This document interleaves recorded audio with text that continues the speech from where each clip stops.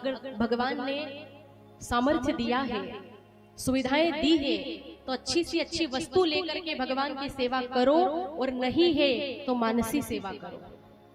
देखिए, गृहस्थ के लिए दोनों सेवा आवश्यक बताई गई है। गृहस्थ प्रत्यक्ष सेवा भी करे और मानसी सेवा भी करे, पर जो विरक्त साधु होते हैं ना, वो मानसी सेवा करते हैं। मानसी सेवा से भगवान जल्दी प्रसन्न होते, क्योंकि उसमें मन देना पड़ता है। एक आदमी भगवान की सेवा करना चाहता था, लेकिन वो बड़ा कंजूस आदमी था। तो उसने महात्मा जी से कहा कि मैं ठाकुर जी की सेवा तो करूं, पर रुपया एक भी खर्च नहीं करूंगा, एक भी पैसा नहीं लगाऊंगा, तो जो मुफ्त की सेवा हो वो बता दो। महात्मा जी बोले कि ऐसी सेवा तो मानसी सेवा है भाई, तू खाली मन से सेवा करना। और विधि बता दी, क्या? सुबह जल्दी उठना 4 बजे और स्नान करके आसन लगा के बैठ जाना और आंख बंद करके ध्यान लगाना कि मैं ठाकुर जी को मंगल गीत गा करके जगा रहा हूँ। और उनको जगाने के बाद फिर उनका बढ़िया से स्नान कराना, अभिषेक करना, भावना रखना कि मैं यमुना जल ला रहा हूँ, मैं यमुना जल से ठाकुर जी को स्नान करा रहा हूँ। बढ़िया केसर घोल करके ठाकुर जी को स्नान कराया जा रहा है। बढ़िया से चंदन का तिलक लगाना, केवल भावना करनी है, असली में एक भी रुपया खर्च नहीं करना, कोई चंदन भी नहीं, गंगा जल भी नहीं, खाली मन से भावना करनी पड़ेगी। और अगर ऐसा करेगा ना और नियम निभाएगा तो तुझे ठाकुर जी मिल जाएंगे। विधि बता दी।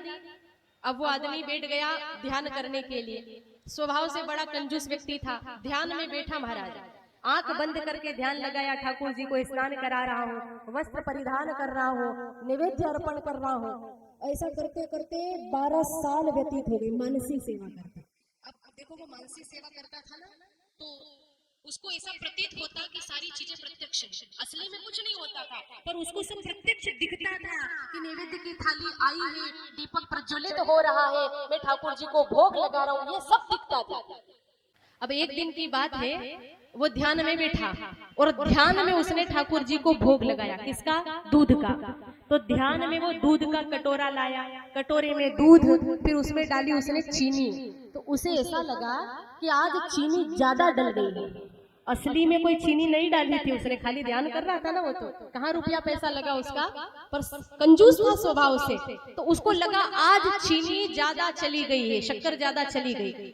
अब स्वभाव के कारण वो क्या करता है, कटोरे में हाथ डालता है दूध के अंदर, चीनी को बाहर निकालने के लिए। अब भला दूध में घुली हुई चीनी कोई बाहर निकाल सकता है क्या? पर स्वभाव ऐसा था, कटोरे में हाथ डाला शक्कर को बाहर निकालने के लिए। तो ठाकुर जी कहने लगे, भाई कितना कंजूस आदमी है। प्रभु जी ने सोचा कि भाई चाहे जैसे भी हो, ये कंजूस तो है, पर 12 साल तक मेरी मानसी सेवा करी। वो जो 12 साल तक सेवा करता है ना, ठाकुर जी उस पर प्रसन्न हो जाता है। भैया जैसे ही उसने दूध के कटोरे में हाथ डाला शक्कर बाहर निकालने के लिए, इतने में ठाकुर जी प्रकट हो गए और उसका हाथ पकड़ लिया। हाथ पकड़ के बोले, भाई शक्कर ज्यादा चली भी गई तो क्या हुआ, तूने कहाँ पैसा खर्च किया है, तेरा तो एक भी रुपया नहीं लगा, तू तो ध्यान कर रहा है ना। और जैसे ठाकुर जी ने हाथ का स्पर्श किया, वो भगवत भक्त बन गया। परमात्मा का प्रत्यक्ष दर्शन होने से जीवन सफल हो गया। ये मानसी सेवा का प्रभाव है। तो मानसी सेवा करनी चाहिए, और अगर दिया है तो धन की कंजूसी छोड़ करके करिए। ध्यान दीजिएगा भैया, धन की 3 गति ही होती है। क्या? भोग, दान और नाश। या तो आप उसे अपने उपयोग में ले लो, या उसका अच्छे कर्म में दान कर दो। क्योंकि आप अपने उपयोग में भी नहीं ले रहे हो और दान भी नहीं कर रहे हो, तो तीसरी गति नाश अपने आप हो जाएगा। कुछ लोग होते हैं, न तो दान करते हैं, न धर्म करते हैं, और ना वो पैसा अपने उपयोग में लेते हैं, बस इकट्ठा करते जाते हैं, जोड़ते जाते हैं। क्या होता है, एक दिन ऐसा आता है कि वो पैसा समाप्त हो जाता है। भाई व्यक्ति अपने लिए रुपया खर्च ना करे, भूखे मरे, खाए भी नहीं, किसी को खाने भी ना दे, तो फिर क्या होगा उस धन का?